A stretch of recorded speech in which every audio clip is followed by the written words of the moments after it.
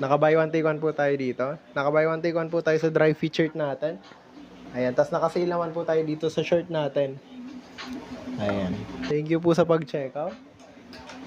Ayan po, paki-follow din po ng shop po natin para po updated po kayo sa mga bagong items po natin na sobrang mumura.